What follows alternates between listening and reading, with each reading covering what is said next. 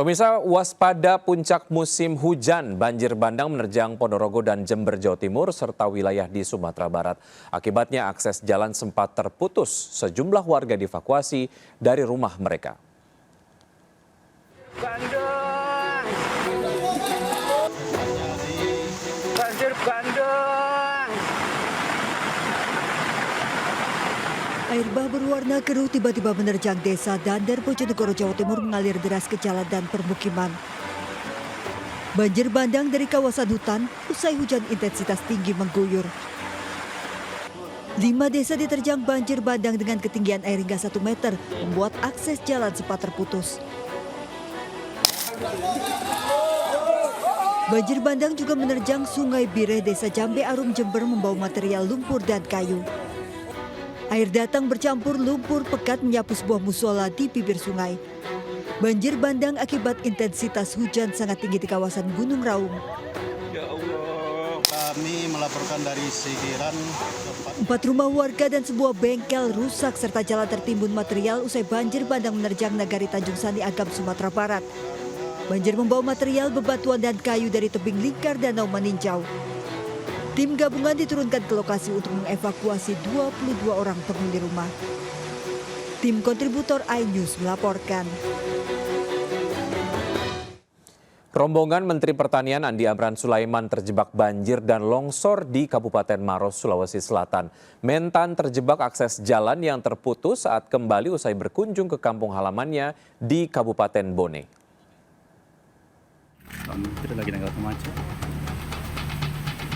Dalam rekaman video amatir, Menteri Pertanian Andi Amran Sulaiman terlihat keluar dari mobilnya saat terjebak banjir dan longsor di Jalan Poros Pegunungan Maros, Bone. Andi Amran sempat menyapa sejumlah pengendara yang juga sama-sama terjebak kemacetan panjang. Rombongan Menteri Pertanian terjebak dalam perjalanan pulang usai berkunjung ke kampung halaman di Kabupaten Bone. Pasca diguyur hujan deras, tebing di Jalan Poros di kawasan Kapang longsor menutup badan jalan. Longsor juga terjadi di Jalan Poros Tompo Ladang. Akibatnya akses antara Kabupaten Maros dan Bone terputus. Perjalanan dinas dari Bone di Makassar terjebak banjir di Mario antara Cambah dengan dusun sebelahnya ini. Banjir bandang 2 hari lalu mengenangi wilayah 12 kecamatan di Kabupaten Maros. Di seluruh wilayah Provinsi Sulawesi Selatan, banjir mengenangi 12 kabupaten dan kota. Sementara longsor terjadi di sejumlah titik, diantaranya di Kabupaten Maros, Sopeng, dan Goa. Dari Kabupaten Maros, Sulawesi Selatan, Wahyu Ruslan, iNews melapor. Terima kasih atas laporan Anda, selamat bertugas kembali. Pemirsa, Hakim Tipikor PN Jakarta Pusat mendiskon hukuman penjara bagi terdakwa korupsi tata kelola timah Harvey Muiz. Dari tuntutan 12 tahun penjara, Hakim menjatuhkan vonis 6 tahun 6 bulan. Hakim beralasan Harvey sopan selama sidang dan memiliki tanggungan keluarga.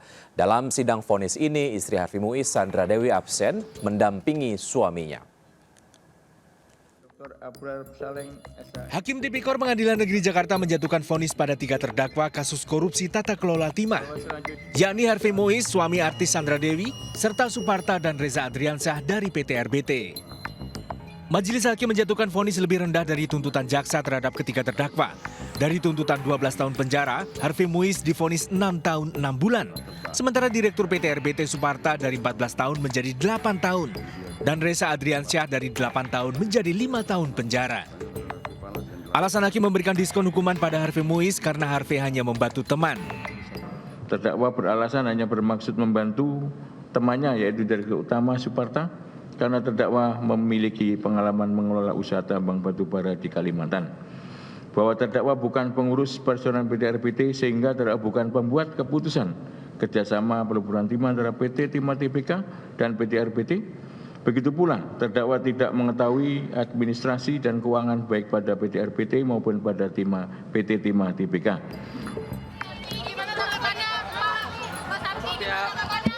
Selain penjara 6 tahun 6 bulan, Harvey harus membayar denda 1 miliar dan uang pengganti 210 miliar. Menanggapi vonis, tim kuasa hukum Harvey masih pikir-pikir untuk banding. Diskon vonis penjara terhadap Harvey Muiz ini pun menuai kritik, salah satunya dari Masyarakat Anti Korupsi Indonesia, MAKI. Dari Jakarta, Tim Liputan iNews. melaporkan. Pemirsa, Hasto Kristianto dikabarkan ditetapkan KPK sebagai tersangka, namun KPK belum bersedia memberikan konfirmasi terkait dengan simpang siurnya isu status tersangka. Sudah ada Esra Ambarita di gedung KPK Jakarta. Esra, silakan dengan laporan Anda.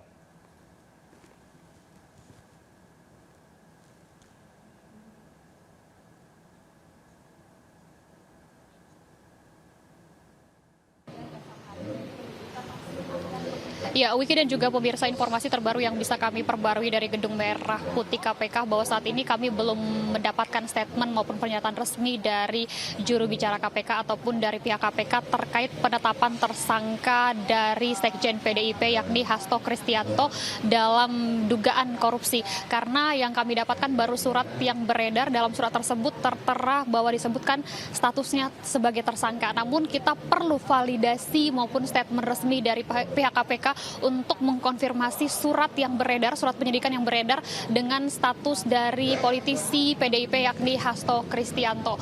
Karena kalau kita mengikuti pemberitaan ini di tahun yang sama, di tahun 2024, bahwa Hasto ini sudah pernah diperiksa atau menyambangi Gedung Merah Putih sebanyak 2 kali, yakni terkait pada saat itu masih sebagai saksi dalam DJKA Kemenhub, dan kemudian terakhir ia juga diperiksa sebagai saksi dalam kasus Harun Masiku. Informasi yang beredar bahwa dugaan ini Hasto ini memberikan suap bersama dengan Harun Masiku yang pada tahun 2019 silam untuk memenangkan Harun Masiku untuk menuju ataupun melenggang ke parlemen, di mana ia melakukan suap dengan eks-komisioner KPU. Namun saat ini untuk para tersangka, khususnya untuk Harun Masiku ini masih diburu dan entah di mana keberadaannya. Tentunya sekali lagi kita tunggu bersama seperti apa nanti terkait penetapan tersangka dari Hasto Kristianto ini dan betulkah statusnya sudah naik sebagai tersangka. Demikian Wiki, kembali ke Anda di studio.